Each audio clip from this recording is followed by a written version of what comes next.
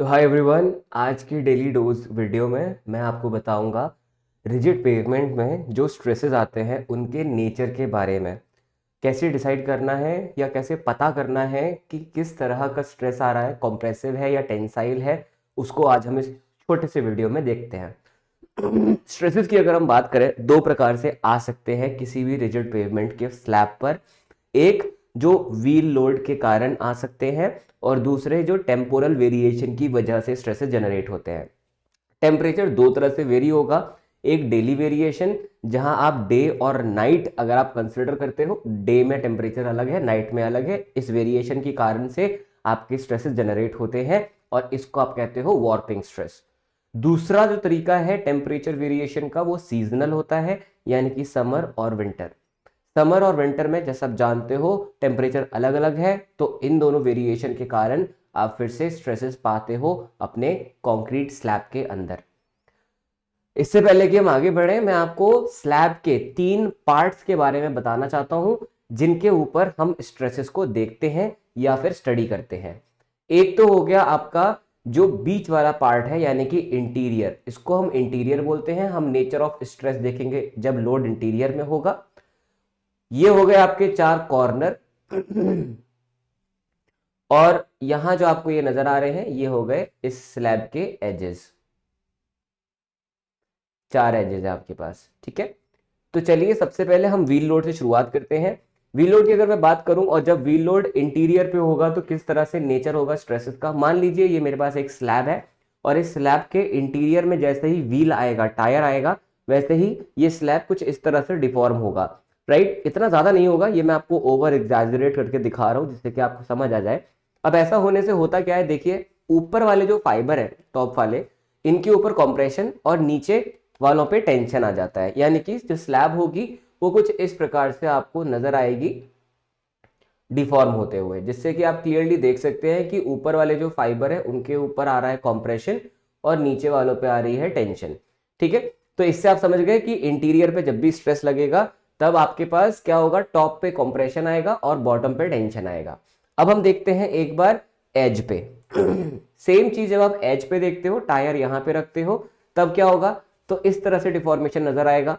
आप देख सकते हैं फिर से ऊपर कॉम्प्रेशन है, नीचे टेंशन है। मैंने यहाँ पे मेंशन भी कर दिया है, ऊपर यहाँ पे आपका कॉम्प्रेशन है, नीचे टेंशन है, बिल्कुल जैसे इंटीरियर में था। पर अगर मैं कॉर्नर की बात करूं, यानी कि जब हमारा व्हील लोड यहां कहीं होगा, यानी कि अगर मैं यहां पे अगर व्हील लोड लगाता हूं, तो आप देखिएगा कि टॉप फाइबर कैसे बिहेव करेंगे। ये इस तरह से आपका स्लैब आपको नजर आएगा थोड़ा सा डिफॉर्म हुआ हुआ इस प्रकार से। अब आप देख पाएंगे ऊपर वाले जो फाइबर है वो सारे के सारे टेंसाइल स्ट्रेस के शिकार है और नीचे वाले कॉम्प्रेसिव। तो यहाँ पे आप बोल सकते हो कि टॉप पे टेंशन है और बॉटम पे कॉम्प्रेशन है, कॉर्नर की अगर मैं बात करूं। ये तो हो गए सारे व्हील लोड स्ट्रेसेस। अब बात करते हैं हम हमारे वॉर्पिंग स्ट्रेस के बारे में, that too in day time. Day time में क्या होता है, ऊपर आपका ज्यादा गर्म होता है सरफेस, नीचे वाला सरफेस ठंडा होता है, जिस वजह से हमारी जो स्लैब है वो कुछ इस तरह से डिफॉर्म होना चाहती है। गौर फरमाइएगा मेरे शब्दों पे, मैंने बोला है होना चाहती है, हो नहीं पाएगी। ऐसे इंटरनल स्ट्रेसेस के चक्कर में, मतलब ऐसे स्ट्रेसेस के चक्कर में ये कभी भी डिफॉर्म होती नहीं है। राइट, ये इस तरह से डिफॉर्म होना चाहती है, मतलब ऊपर की तरफ टेंशन आना चाहता है स्लैब में और नीचे वाले फाइबर पे कंप्रेशन आना चाहता है, बट आता नहीं है। स्लैब कभी भी ऐसे डिफॉर्म हो नहीं पाती है, स्लैब हमेशा अपनी ओरिजिनल शेप में रहती है। पर क्योंकि इस तरह के स्ट्रेसेस आने की संभावना है, ये आपकी जो स्लैब है वो इस प्रकार से इस प्रकार से डिफॉर्म हो सकती है या होना चाहती है।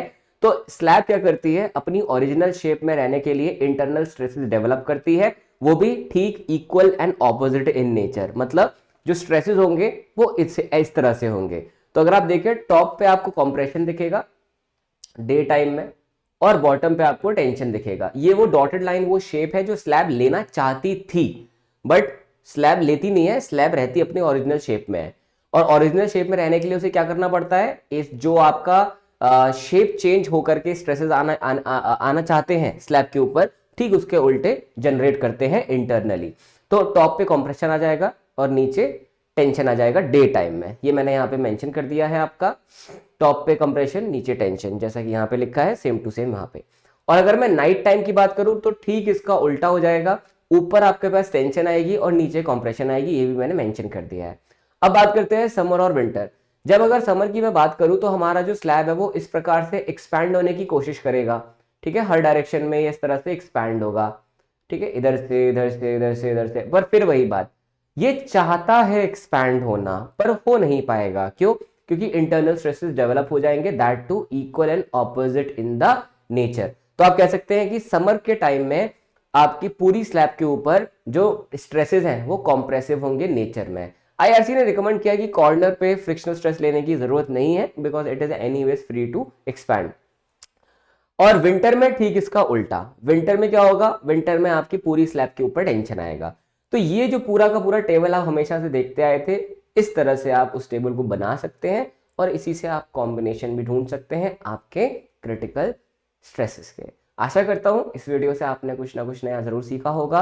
अगर वीडियो अच्छा लगा अपने दोस्तों के साथ शेयर करें और हमारे चैनल को अभी के अभी सब्सक्राइब करें। Thank you so much for watching the video.